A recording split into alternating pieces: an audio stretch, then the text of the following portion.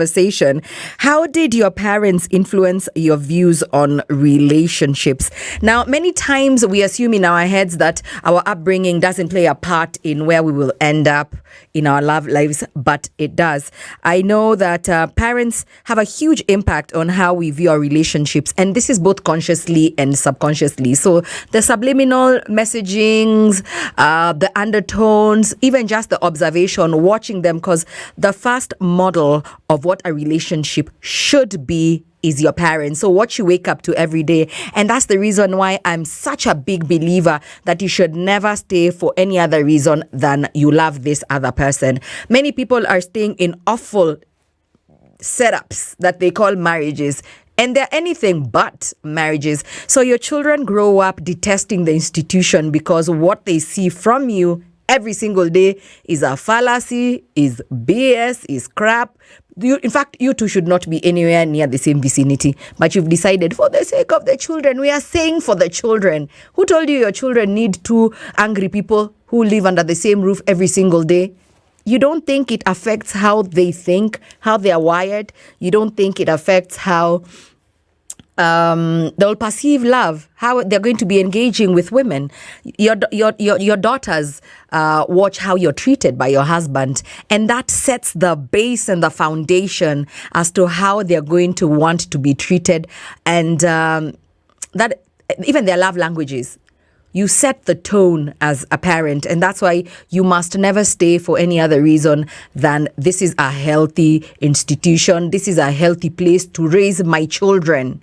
Yeah, and black folk we are criminals, we are culprits. You just want to stay, and your kids just wake up. You don't think they even feel the tension, even when you're not talking, the little nuances. Sometimes you're like, children can't tell, they can pick up auras.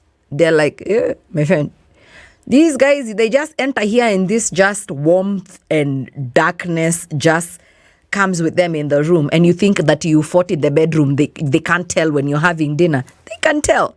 Your children can tell.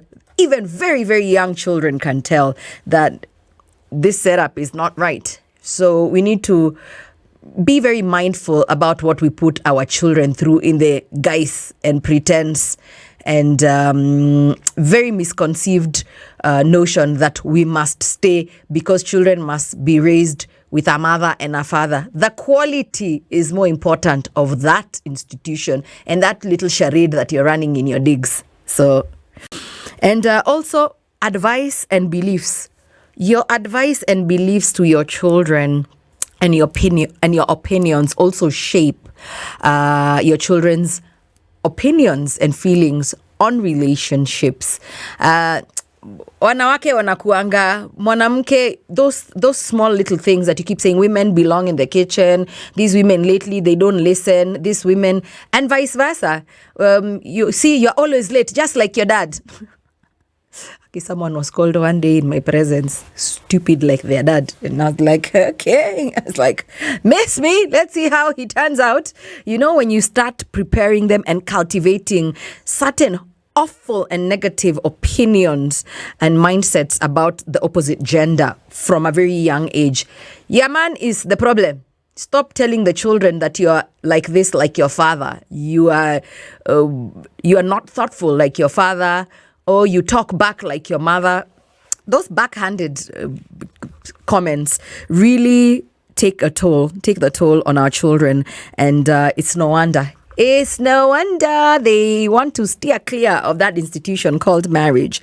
So how you deal with your conflict, how you communicate in your household will also set the pace and shape their opinions and their views on future relationships.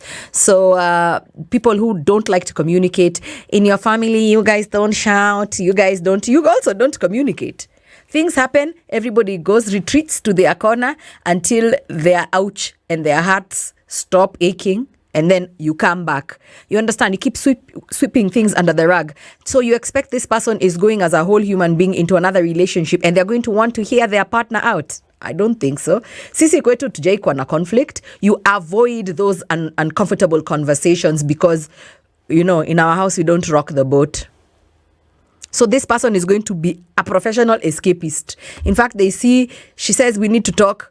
he wants to flee, take off for the heels, and vice versa. She hears that he says that he's not happy, he wants to have a sit down, and she now is busy burying herself in her work and the children because she doesn't have a basis, she has no foundation, she doesn't know where to begin with in diffusing or having conversations on conflict resolution. She doesn't know where to start because you did not.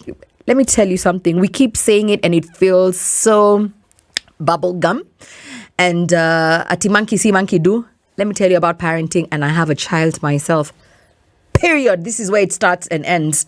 Monkey see, monkey do. Even the small little things that you assume they don't pick up on, they do. They absolutely do. They're like little dogs. They sniff problems and trouble. So just be very authentic in how you communicate with your partner. If you guys have no business being together, then hit the road. Everybody go. You don't owe your child a marriage. You owe your child a healthy, conducive, positive living environment. Can't wait to hear from you and what you have to say about this one. At Spice FMKE on Facebook, Instagram, and Twitter. How did your parents influence your views on relationships? Cynthia?